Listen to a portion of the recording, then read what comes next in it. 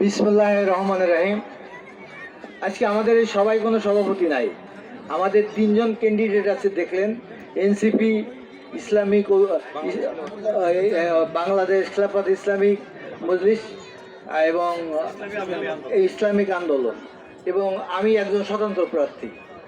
স্বতন্ত্র প্রার্থী হচ্ছে আমার কপাল, কারণ আমি, আপনারা জানেন যে 1997 সাল থেকে এই বিএনপির পিছনে এই সংগঠন দাঁড় করানো মূলে কত পরিশ্রম করেছি। এই মোংলায় কোনো ইউনিয়ন নেই যেখানে আমি সম্মেলনে যাইনি, এবং বাগেরহাটের যতগুলো আসন আছে, 4টি আসন আছে, সব জায়গায় আমি সংগঠন, ওয়ার্ড পর্যায় থেকে ইউনিয়ন থেকে থানা থেকে জেলা সম্মেলন করে আমি সভাপতি হয়েছিলাম। এবং বাগেরহাটে কোনো বিএনপির অস্তিত্ব ছিল না, কিন্তু আমি বাগেরহাটের বিএনপির অস্তিত্ব দিয়ে এনেছিলাম, প্রতিটা সংগঠন ওইভাবে মজবুত করেছিলাম। কিন্তু কপালের পরিহার, আমরা 2006 সালে তখন কিন্তু আমাকে বিসমিল্লাহির রহমানির রহিম। আজকে মোংলায় আমাদের প্রাণপ্রিয় নেত্রী বেগম খালেদা জিয়ার জন্য মিলাদ মাহফিলের আয়োজন করা হয়েছিল। সেই মিলাদ মাহফিলে ফ্যাসিবাদের পুনরাবৃত্তি ঘটানোর মতো একটা চক্রান্ত করেছিল। সেই চক্রান্তে আমাদের এই মিলাদ মাহফিলটা পণ্ড করার চেষ্টা হয়েছিল।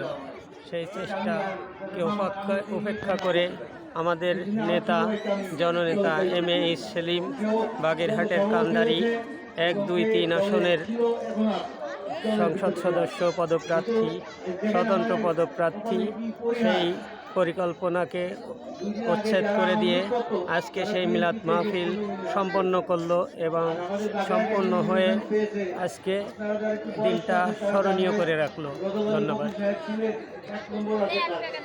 আর তার 2 নম্বর ছিল হচ্ছে কাশেম মাস্টার।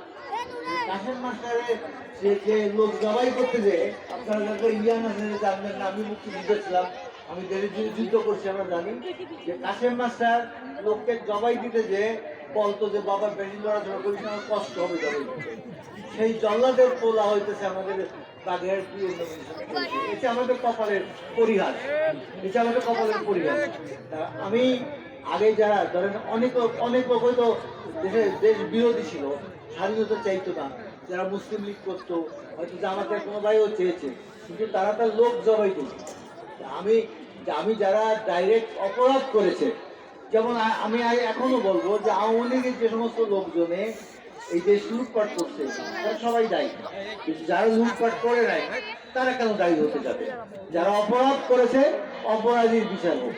কিন্তু আমি আজকে দেখলাম মোংলা কোর্টে আমি আসবো, আইন শৃঙ্খলা বাহিনীর কর্মকাণ্ড, থানা থেকে টিও সাহেব নাকি ডেকে নিয়ে এদের অনুরোধ করছে কালকের প্রোগ্রামটা একটু ক্যান্সেল করা যায় নাকি, কোনো মানুষ হতে পারে। টিও একজন কেমন টিও বসে আছে যে যার এইটুক মুরদ নাই যে কয়জন লোক এখানে আমাদের দেশনেত্রী বেগম খালেদা জিয়ার রুহের মাগফিরাত কামনা করবে, বা তার জন্য কোরআন খতম হয়েছে এখানে, সে কোরআন খতম দিবে। কোরআন খতম কি দিতে পারছো তোমরা? আমি জানি না কোরআন খতম দিতে পারছো কিনা। যে কোরআন খতম হওয়ার কথা, এটুক যারা না করতে পারে তাদের তো প্রশাসনে বসে থাকার কথা না। আমি দেখবো এই প্রশাসন, এখানে যে পুলিশ প্রশাসন আছে এবং সিভিল প্রশাসন আছে, আমি দেখবো এর নামে কমপ্লেন দেবো আমি নির্বাচন কমিশনে, আমার যেখানে জায়গা আছে, কিভাবে এখানে এই আইন শৃঙ্খলা কন্ট্রোল করে। ওনাদের কি এই জায়গায় কেউ মেরে যাবে, মেরে যাওয়ার পরে, খুন করে যাওয়ার পরে ওনারা সেই জায়গায় যে হাজির হয়ে হাসতে হাসতে দুটো ছবি দিয়ে রিপোর্ট করবে, এই জন্য তো সরকার এখানে রাখবে। এই